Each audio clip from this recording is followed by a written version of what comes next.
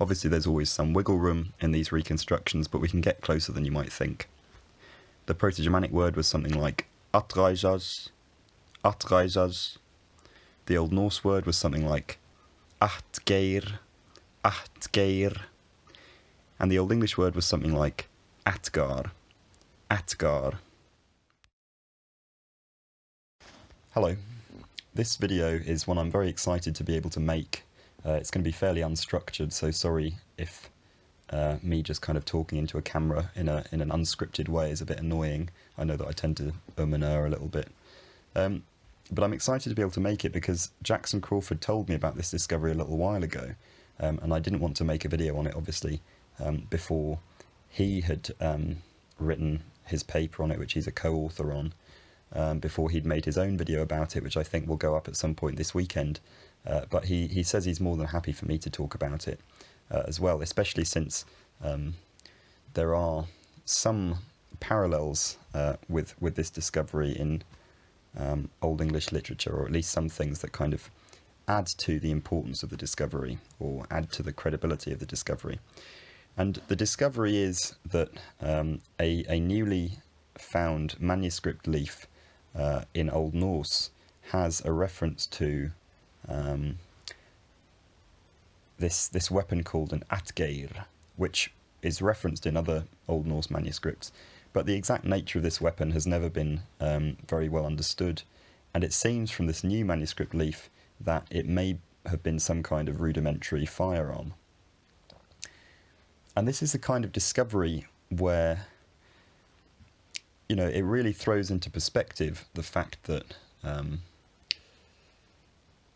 our knowledge of the past is extremely incomplete, and a lot of it, you know, a lot of our understanding of the past, a lot of the things that we take for granted about the past are the result of very incomplete data that we're effectively blasting with interpretation methods to try and produce some more realistic picture of the past than we would get from just a cursory glance at the evidence. So in the same way that kind of running a very low quality JPEG through one of those AI upscaling algorithms can produce a very shiny, nice picture, or it can produce something, you know, it can produce some very weird artifacts. And I think that's a good analogy for how we view a lot of history, how we see a lot of history.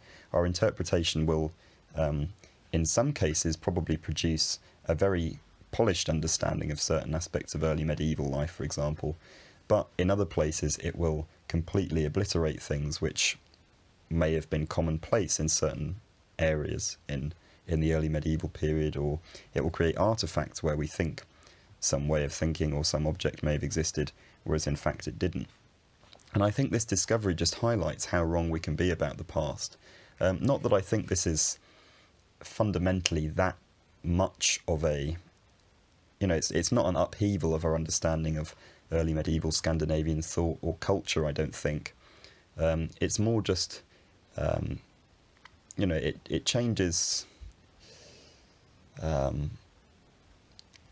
our ideas about their military capabilities, maybe.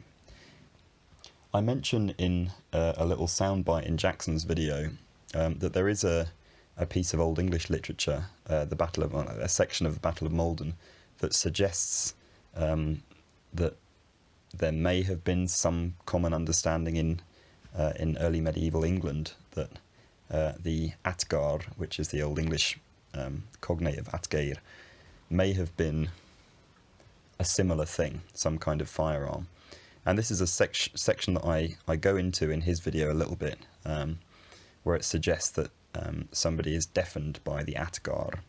And in the past, this is, you know, there's a couple of interpretations from the 1980s where people just, you know, it's just hyperbole, it's just swords clashing together or spears clashing together, and that's why it's deafening. But, you know, this does, I think this does kind of cast a new light on that line. Ian McCollum, I know, is creating some kind of reconstruction of what this Atgeirr may have been like, and if anything new comes out in the archaeology at any point, which is perfectly possible because, of course, early medieval archaeology is still producing new finds all the time, then that will be very exciting. And I do hope that people keep an eye out for things like that. But yeah, I think Ian McCollum will be involved in Jackson's video if you want to go over and watch that. But yeah, this does just cast into light the possibilities of what things may have existed in the past, what things may have been known about in the past, that we take for granted are relatively recent inventions. You know, it's got the same kind of feeling for me as if we discovered that the Romans had some kind of very rudimentary form of photographic process. You know, it's well within the realm of possibility. We don't really have enough ancient Roman scientific literature to be able to know for certain how good an understanding they had of this kind of thing. And although, as I say, it's possible that they had some kind of rudimentary camera, it would be very surprising to discover that they had. And in the same way, I think it's very surprising, but not at all beyond the realm of possibility, that Old Norse speakers had some kind of rudimentary gun, which feels very strange to say. I feel like this is going to be the least interesting video on this subject, but I hope my rambling can be forgiven.